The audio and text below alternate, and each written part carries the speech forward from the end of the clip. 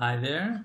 This is the 8th lecture in a series of lectures on language and ontology in ancient and early analytic philosophy that I'm giving for the University of Basel this spring semester in 2020. And today we're going to talk about types of things and types of statement. I'll begin by talking about the context principle that Frege formulates in his Grundlagen der Arithmetik, eine logisch-mathematische Untersuchung über den Begriff der Zahl from 1884. And I'll go on to talk about the first 5 chapters of Aristotle's categories. Of course, Frege's Grundlagen were written as a prolegomenon, as a programmatic introduction to a larger work, the Grundgesetze der Arithmetik. As Michael Dummett has written, the work to which the Grundlagen was an introduction would lead Frege to revise some of the doctrines that he formulates in the Grundlagen itself, a problem that always arises if you write the introduction to a work before you write the work itself. Though the Grundlagen speaks a Kantian language, it only does so in order to refute Kantian points of view. In this respect, Frege was anything but a child of his day, which was the heyday of Neo-Kantianism in German-speaking academia. The purpose of the Grundlagen is, I quote, to make it probable that arithmetic is a branch of logic and that no ground of proof needs to be drawn either from experience or intuition for proving things about arithmetic. That's from the introduction to the Grundgesetze. It's also cited by Dummett in his very useful book on Frege's Philosophy of Mathematics, published 1991, page 3.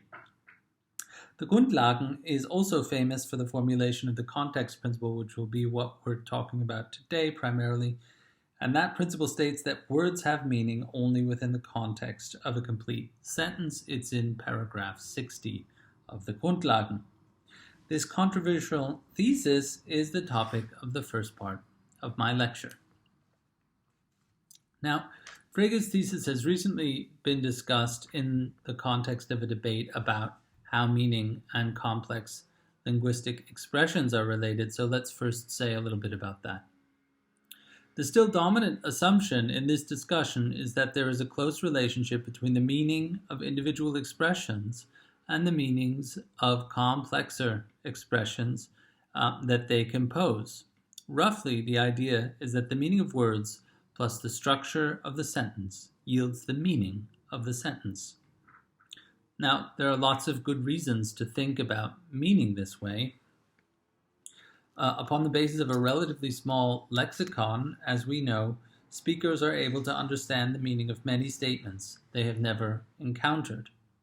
The thesis that meanings of parts determine the meanings of wholes in the sentence is called compositionality.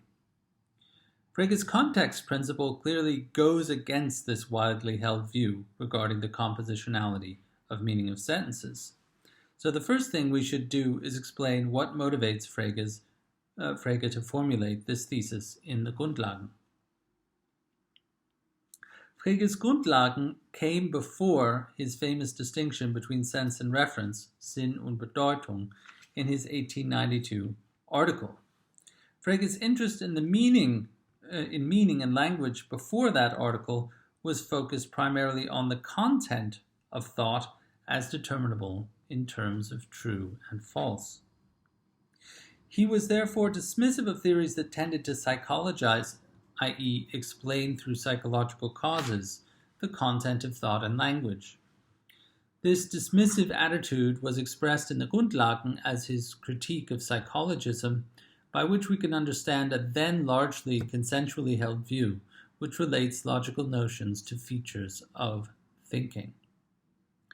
Of course, Kant's critique of pure reason and the transcendental deduction of the categories was formative for the philosophical environment in which Frege wrote, and against which Frege wrote. It only began to be really challenged, as Dummett writes, when Husserl wrote against it sometime later in the Prolegomena zur reinen Logik in 1900. Later, Frege would formulate an important notion for the psychology of linguistic understanding, at least with his distinction between reference and sense, by which he clearly meant meaning of an utterance as understood. But we need to be very careful to not read this distinction back into the Grundlagen, which, as I said in the beginning, was published in 1884 and well before Frege formulated that famous distinction between sense and reference. Let's now turn to the Grundlagen and its introduction. The work begins with a simple problem. What does number 1 mean? The content of sentences featuring the number 1 is not in doubt, Frege argues, but the definition of 1 is difficult. Frege approaches the problem by illustrating the meaning of 1 through the functions in which it occurs. For example, 1 plus 1 is 2. He contrasts such a function with a plus a minus a is equal to a. He points out that the variable a expresses generality, whereas 1 seems to be, I quote, a definite particular object with properties that can be specified. For example, the property of remaining the same when multiplied by itself, a property that 1 only has and other positive integers do not. Frege goes on to say that it is a scandal that mathematicians cannot give themselves an account of such a basic concept or element as 1. He promises to show that, I quote, even an inference like that from n to n plus 1, which on the face of it is peculiar to mathematics, is based on the general laws of logic. That's from page 16 of the preface. The truth of these laws is neither historical nor any way contingent, nor is it departmentalized. That is, arithmetic should be shown to be a proper part of logic as a whole. 3 principles guide Frege's investigation. First, always separate the psychological from the logical. Second, never ask for the meaning of a word in isolation, but only in the context of a proposition. Third, never lose sight of the distinction between concept and object. These principles are formulated on page 22 of the preface. Much of what then follows is devoted to the problem of determining the status of the concept of number, and in particular the number 1. True to his promise to carry out this investigation on a logical basis, what results is a theory of concept formation. By the time Frege reaches part 4 of the Grundlagen, he begins to restrict his inquiry to the concept of number. His starting point is that the content of a statement of number is an assertion about a concept. That's paragraph 55. He explicates this approach by saying that in the proposition the number 0 belongs to the concept f, 0 is not a property of the concept, rather it is an element in what is asserted, a self-subsistent object. So you see here already the application of that principle that I mentioned earlier, that one never lose sight of the distinction between concept and object. An indication that 1 is a self-subsistent object is given in propositions about it. For example, the number 1 is the first positive integer. The use of the definite article the is reserved for things that have such an ontological status as self-subsistent objects. He then goes on to investigate further indications concerning the concept of number based on statements featuring some number. For example, the number of Jupiter's moons is 4. That's from paragraph 57. Frege takes it that the use of is in this particular sentence is a use of identity, in the sense of is identical with or is the same as.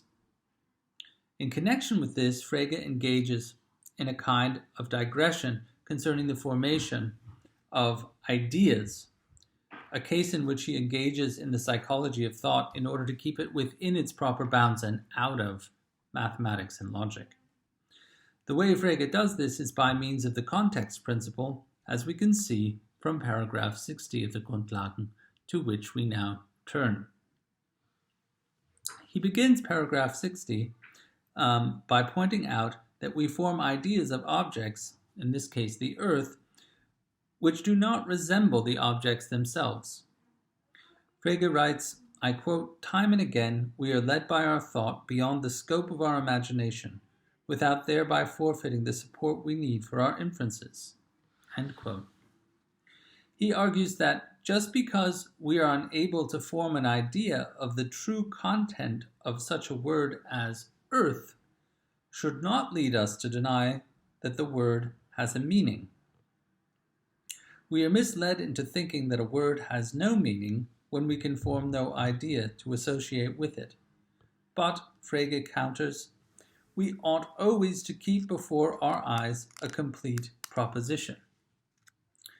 This is the real source of the meaning of words. I quote, "Only in a proposition do words have meaning." In a turn of phrase which would probably influence Wittgenstein, he writes that the mental pictures we entertain need not correspond to the logical elements of a judgment. And he writes, "It is enough if the proposition taken as a whole has a sense. It is this that confers on its parts also their content." This last pronouncement is the context principle stated succinctly. In the context, Frege uses the principle to detach the meaning of a concept from the mental or psychological idea and to block a certain approach to number concepts in particular, namely taking them as predicates or attributes. As Michael Beanie points out in his very useful book on Frege called Making Sense, which came out in 1996, Frege would nonetheless go on in later writings to explicitly endorse a compositional view of meaning, where he states that the parts of sentences make up the multitude of sentences that can be made. That was that principle of compositionality for which Frege was apostate in the beginning.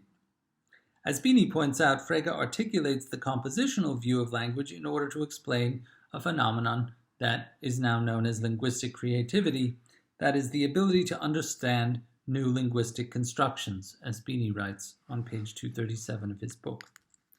The insight that our linguistic creativity or language instinct can build many different sentences from a few parts is, however, not incompatible with the core idea of Frege's contextualism, which is just that concepts can only occur in conjunction with other concepts, and that it is in the context of a judgment or sentence that their meaning must be understood.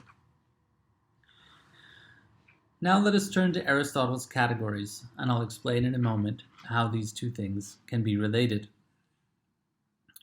Aristotle's categories are a deceptively simple-seeming treatise. Since Kant, it has been all the more difficult to understand this little book because under the influence of Kant, many interpreters tried to understand Aristotle's doctrine of categories in terms of the mental, that is, in terms of pure concepts of understanding as they are manifest, according to Kant, in basic forms of judgment. But clearly Aristotle's theory of categories is about things and not concepts. More precisely, it is about things as they are signified in language. It is a things-first semantic theory. The first chapter opens the treatise by classifying things in terms of a distinction between three modes of signification: homonymy, synonymy, and paronymy. Homonyms are not words, but things which have different definitions, but which can be signified by the same word. The example of bank, as in the bank of a river, and bank, as in the place where you save your money, is a common example in English. Aristotle uses an example that doesn't really work so well in English, zoon, which can either mean an organism, an animal, or a painting, as it were, not a still life, but a real life. Synonyms are not words which mean the same thing, but things that are identical with respect to a component of their definition, but not with respect to the word which signifies them. Aristotle illustrates this with the example of ox and man. Both things are synonymous with respect to animal. They're both animals. That is, both share a name that expresses a part of their being. The ontological group of paronyms is tenuous as an ontological family. These are things which are signified by words which are derived from other words, so the grammarian and grammar, the brave person and bravery.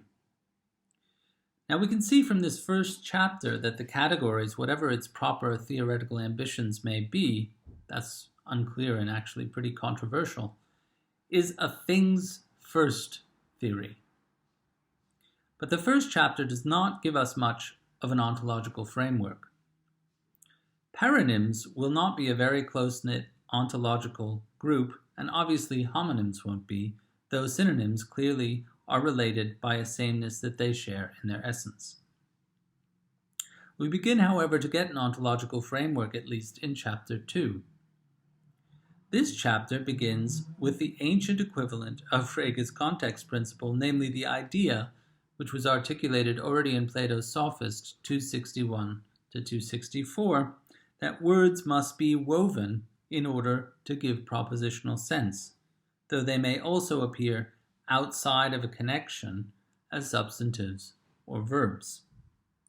Aristotle introduces this as a distinction between things that are said, legomenon, at 1a16.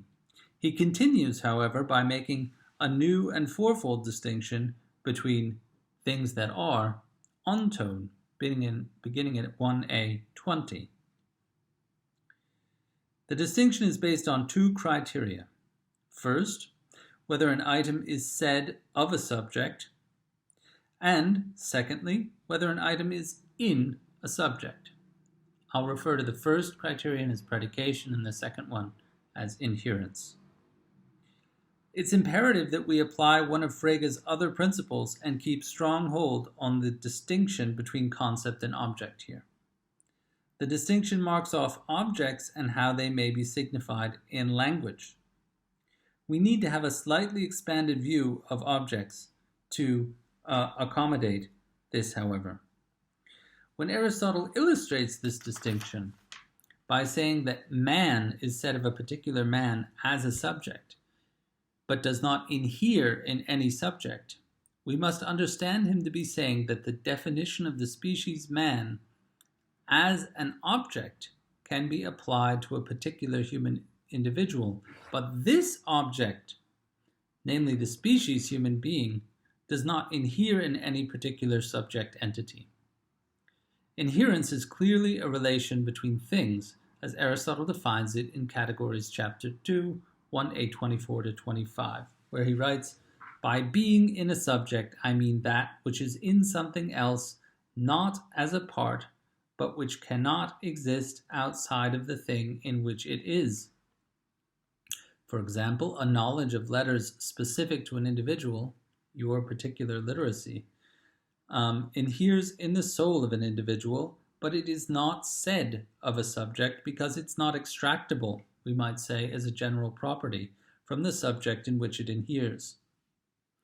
In other words, your specific ability to read is grounded in your cognitive capacity, even if literate is a property or descriptor which many individuals may share. In the case of literate, however, Aristotle will say that it can both be said of a subject and be in a subject. It is like knowledge. This is an object type that admits both inherence and predication in language.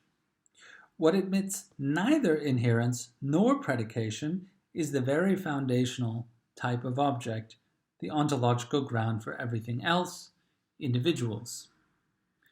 The categories are only introduced as categories in chapter 4, and rather nonchalantly as items which are not said in combination. The categories too are object types as signified, I quote, "Of the things said without connection, each signifies either a substance or a quantity or a quality or a relation, etc." It was Friedrich Adolf Trendelenburg, the great historian of philosophy and anti-Hegelian, who showed how this list could be interpreted as classifying grammatical types, substantives for substance, adjectival forms, and verbal aspect. We can think of the categories as elements for an ancient theory of compositional meaning. In categories 4, Aristotle writes, each of these items taken in itself is not said in a statement, but by their connection with each other, a statement obtains.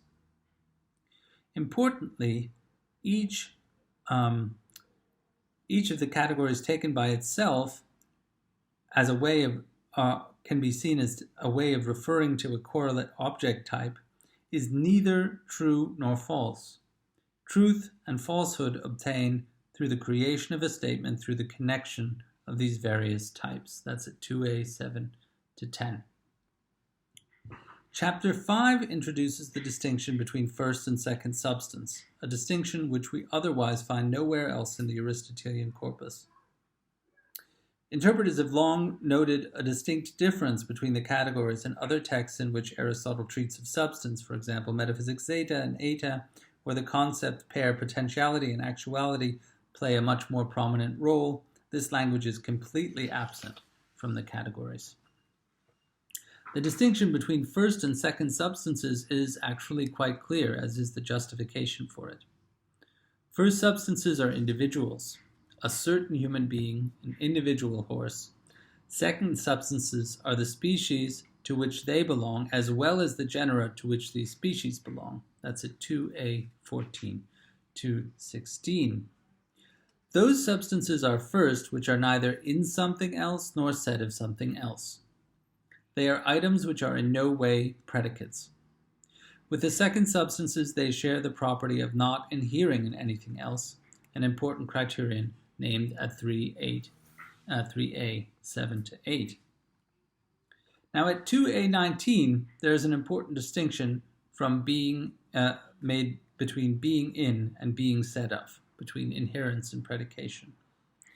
When the name human being is said of an individual, the definition is also applied to that individual. But being in does not involve the same transfer of a definition. White may be in a certain substrate, such as a body. Body is the proper bearer of colors as properties, but the definition of white is not predicated of a body thereby. At 2a34, Aristotle justifies the priority of individuals as first substances explicitly by reference to the claim that all other things are either said of them or are in them, but they are said of nothing else. This makes the linguistic use of expressions referring to first substances into a criterion for ontological evaluations and descriptions. Here too we can see a certain similarity to Frege, who operates in a similar way while fastidiously sticking to the distinction between words and things, which informs also Aristotle's categories. We seem, however, to find another genuine ontological criterion in 2b6 following, where he says that certain things are more substance than others by being closer to first substance. Something is deemed closer to first substance based on what is more informative and pertinent. That's 2b 9 to 10.